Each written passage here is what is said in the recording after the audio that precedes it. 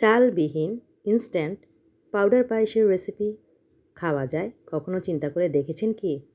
Hello everyone, কেমন আছেন সবাই? আমার নতুন একটি ব্লগে আপনাদের স্বাগত জানাচ্ছি।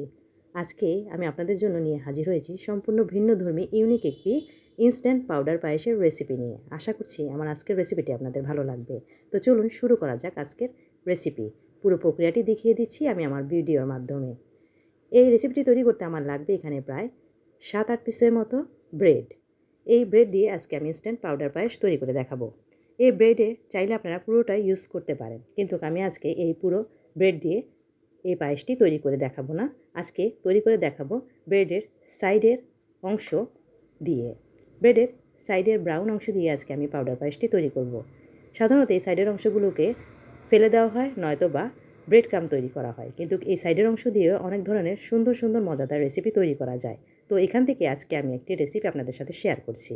এই সাইডের অংশগুলোকে কেটে নেওয়ার পর আমি একটি পাত্রে নিয়ে নিলাম। এখন এগুলোকে আমি একটু গুঁড়ো করে নিব। এজন্য একটি গ্রাইন্ডার জারে এগুলোকে আমি গুঁড়ো করে নিচ্ছি।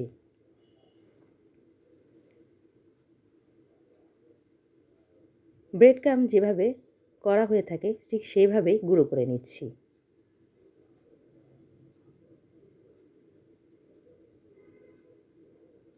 গুঁড়ো করা হয়ে গেলে এখন এগুলোকে আমি একটি পাত্রে ঢেলে নিচ্ছি। ইনস্ট্যান্ট ব্রেড পায়েস তৈরি করার জন্য আমার লাগবে চিনি। তাই এখানে আমার ব্রেড ক্রাম্ব করা হয়ে গেলে আমি 1 কাপ পরিমাণে চিনি নিয়ে নিলাম এবং এগুলোকেও গ্রাইন্ডার জারে দিয়ে গুঁড়ো করে নিচ্ছি।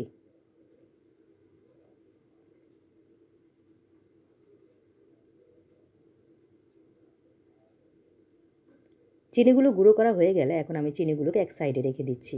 এখন আমি যে ব্রেড ক্রাম্বগুলো তৈরি করেছি সেগুলোকে চুলাতে একটি পাত্রে শুকনাভাবে আমি ভেজে নিচ্ছি। একটি পাত্রে আমি বসিয়ে দিলাম, এই পাত্রটা শুকনা থাকবে। তার মধ্যেই এখন আমি ব্রেড ক্রাম্বগুলো ঢেলে দিলাম। এখন হালকা হাতে একটি স্প্যাচুলারের সাহায্যে 3-4 মিনিট আমি এই ব্রেড ক্রাম্বগুলোকে চুলাতে মিডিয়াম টু লো হিটে ভেজে নিচ্ছি। এমনভাবে ভাজবো যেন নিচে পোড়া না লেগে যায়। 3-4 মিনিট ভাজা হয়ে গেছে, দেখতেই পাচ্ছেন আমার ব্রেড ক্রাম্বের কালারটা অলরেডি চেঞ্জ হয়ে এসেছে। ভাজা হয়ে গেলে চুলা থেকে এগুলোকে আমি নামিয়ে নিচ্ছি। এগুলোকে এখন আমি একটি পাত্রে ঢেলে নিচ্ছি। ঠান্ডা হওয়ার জন্য অপেক্ষা করছি। ঠান্ডা হয়ে গেলে এখন আমি আপনাদের দেখিয়ে দিচ্ছি কিভাবে ইনস্ট্যান্ট আপনারা ব্রেড পায়েস তৈরি করবেন।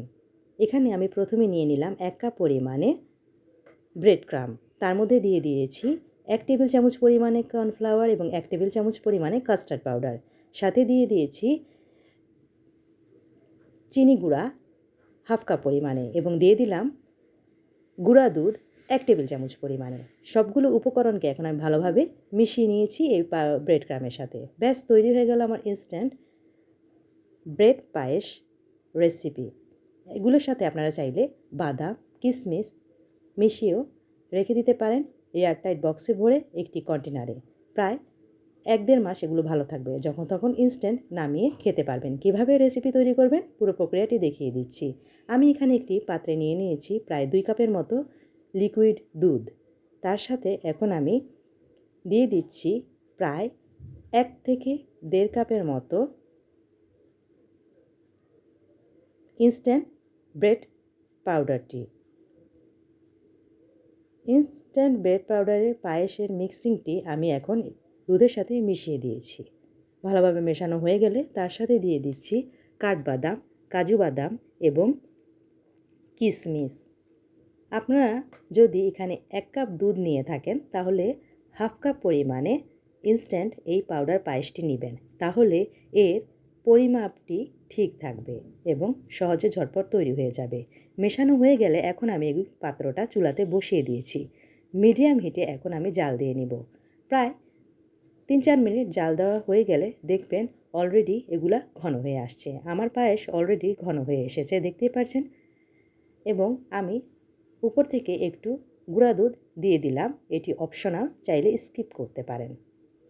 ব্যাস তৈরি হয়ে গেল আমার ঝটপট ইনস্ট্যান্ট ব্রেড পায়েস রেসিপি চুলা থেকে নামিয়ে নিয়েছি এবং পরিবেশন পাত্রে পরিবেশন করে নিলাম। দেখতেই পাচ্ছেন কি সুন্দর হয়েছে, খেতেও কিন্তু দারুণ হয় এই রেসিপিটি। যখন তখন অতিথি আপ্যায়ন করতে পারবেন এই ইনস্ট্যান্ট পায়েস দিয়ে। কিছুই না, শুধুমাত্র চুলাতে একটু দুধ দিয়ে এই মিক্সিংটি মিশিয়ে দিয়ে দিবেন, তাহলেই তৈরি হয়ে যাবে ইনস্ট্যান্ট এই পায়েসটি। আমি একটি পরিবেশন পাত্রে নিয়ে তার উপরে কাঠবাদাম দিয়ে সাজিয়ে দিয়েছি। আপনারাও আপনাদের পছন্দ অনুযায়ী সাজিয়ে পরিবেশন করবেন।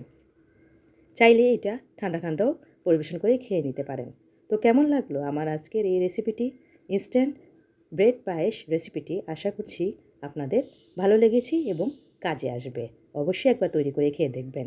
আজকের মতো বিদায় নিচ্ছি। ভালো থাকবেন সবাই। আল্লাহ হাফেজ।